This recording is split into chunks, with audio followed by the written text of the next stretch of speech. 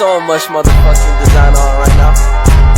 Break it down, bring it back, make it clap. I got 3 old thoughts, new block, where that dick. Bitches on my line, and you know they come strapped. Hold up, what it not, 45, scope it cash like, whoa.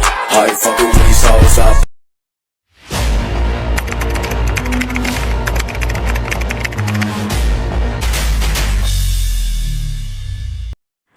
Halo teman-teman, jumpa lagi dengan Kak Rere dan Lala.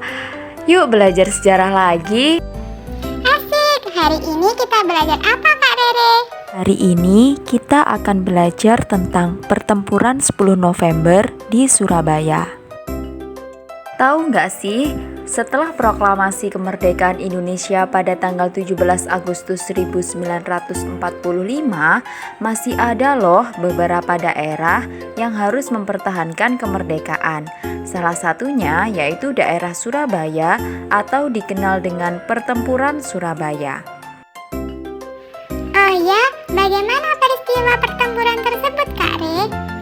Pertempuran 10 November 1945 merupakan salah satu kejadian terbesar yang ada dalam sejarah Revolusi Nasional Indonesia, serta menjadi lambang atau simbol nasional yang menjadi bukti akan perlawanan Indonesia terhadap adanya kolonialisme dalam upaya mempertahankan kemerdekaan Indonesia.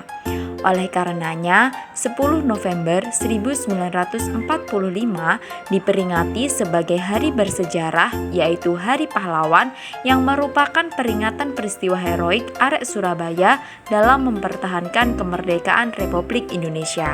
Salah satu peristiwa penting yang terdapat dalam pertempuran 10 November 1945 adalah adanya insiden Hotel Yamato.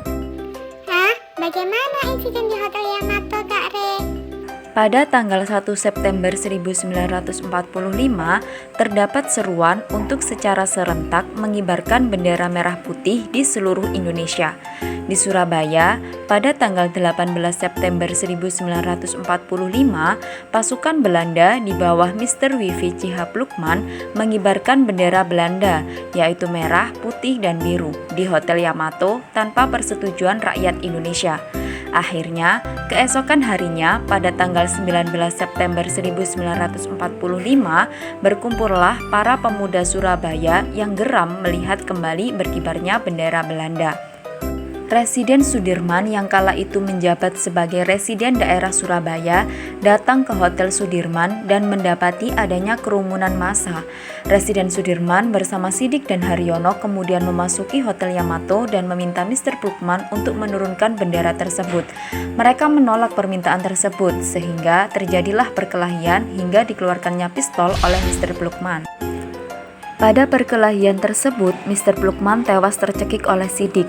Sidik pun juga tewas karena tertembak oleh tentara Belanda yang mendengar adanya letusan pistol.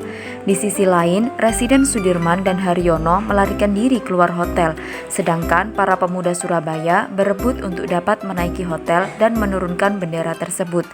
Haryono yang berhasil keluar dari hotel kemudian terlibat dalam pemanjatan tiang bendera bersama Kusno Wibowo.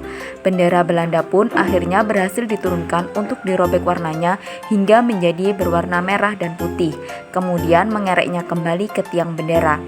Dari sinilah Hotel Yamato menjadi saksi bisu yang menjadi sejarah penetapan Hari Pahlawan di Indonesia pada tanggal 10 November. Setelah kejadian Hotel Yamato, kemudian pada tanggal 25 Oktober 1945, Allied Forces Netherlands East Indies atau AFNEI mendarat di Tanjung Perak, Surabaya. Kedatangan AFNEI dipimpin oleh Brigadir Jenderal AWS Malabi. Dalam rombongan tersebut turut ikut pula tentara Belanda dan Serdadu Ambon yang berpihak ke Belanda. Secara umum, tugas AFNEI adalah untuk menyerahan dan mengadili penjahat perang serta mempertahankan status quo hingga terjadinya perundingan selanjutnya. Kedatangan AFNEI di Indonesia harus berhadapan dengan negara Indonesia yang baru merdeka. Awalnya, kedatangan AFNEI ini disambut dengan baik dalam rangka menarik simpati sekutu agar kemerdekaan Indonesia diakui. AFNEI di bawah Jenderal Sir Philip Christison menerima tawaran kerjasama. Sir Philip Christison berjanji akan melakukan pembahasan mengenai hal ini. Namun, kedatangan AFNEI menimbulkan kecurigaan akan adanya penyusupan dari Nica. Hal tersebut membuat bangsa Indonesia marah. NICA atau Netherlands Indisch Civil Administration adalah pemerintahan sipil yang dibentuk oleh Belanda dan berpusat di Australia. NICA memberikan bantuan senjata kepada KNIL yang membuat rakyat marah. KNIL adalah tentara sewaan Belanda yang berisi orang-orang bekas tahanan Jepang. Hari kedua pendaratan, Afnei melakukan penyerangan ke penjara Kalikosok. Mereka melepaskan para tahanan berbangsa Belanda yang ditawan oleh pemuda Surabaya. Penyerangan penjara Kalikosok ini terjadi pada tanggal 27 Oktober 1945 yang membuat marah para pemuda dan melakukan aksi penyerangan terhadap pos-pos pasukan Inggris di bawah Afnei. Pertempuran hebat terjadi di Jembatan Wonokromo. Pada tanggal 30 Oktober 1945, tewaslah AWS Malabi yang terlibat dalam konflik Surabaya dan Afnei. AWS Malabi tewas setelah ikut dalam bentrokan dengan milisili Indonesia di Jembatan Merah. AWS Malabi tewas karena tertembak oleh pemuda Surabaya pada tanggal 30 Oktober 1945 pukul setengah 9 malam. Tewasnya AWS Malabi membuat Mayor Jenderal Mansert mengeluarkan ultimatum penyerahan senjata pada 10 November 1945 melalui selebaran di kota Surabaya. Mansert mengancam apabila pasukan Surabaya tidak menyerahkan senjata, maka sekutu akan menghancurkan Surabaya. Selain itu, semua pimpinan bangsa Indonesia dan para pemuda harus datang paling lambat pada 10 November 1945 pukul 6 pagi di tempat yang telah ditentukan. Ultimatum penyerahan senjata oleh sekutu tidak dihiraukan oleh pemuda Surabaya. Pemuda Surabaya memilih melakukan perlawanan, terlebih dengan orasi Bung Tomo yang semakin menggelorakan semangat perjuangan arek Surabaya. Selama banteng-banteng Indonesia masih mempunyai darah merah yang dapat membuat secarik kain putih menjadi merah dan putih, maka selama itu tidak akan kita mau menyerah kepada siapapun juga. Selain Bung Tomo, juga ada Kiai Haji Hasyim Asy'ari, Kiai Haji Wahab Hasbullah, serta kiai dari pesantren lain yang mengeluarkan fatwa jihad serta mengerahkan santri-santri mereka untuk ikut dalam pertempuran. Puncaknya mulai 10 November 1945 hingga 2 pekan selanjutnya, yaitu pada tanggal 28 November 1945 terjadi pertempuran Surabaya.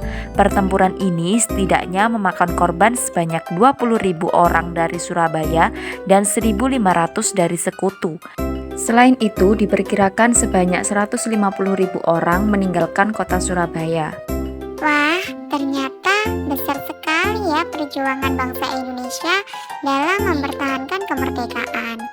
Benar sekali Lala. Oleh karena itu, untuk mengingat semangat militan pemuda Surabaya dalam mempertahankan kemerdekaan Republik Indonesia, Presiden Soekarno menetapkan 10 November sebagai Hari Pahlawan. Gimana Lala? Seru tidak belajar sejarah hari ini? Wah, seru sekali Kak Rere. Oke teman-teman, sampai jumpa lagi dengan cerita sejarah lain yang lebih seru dan menarik bersama Kak Rere dan Lala.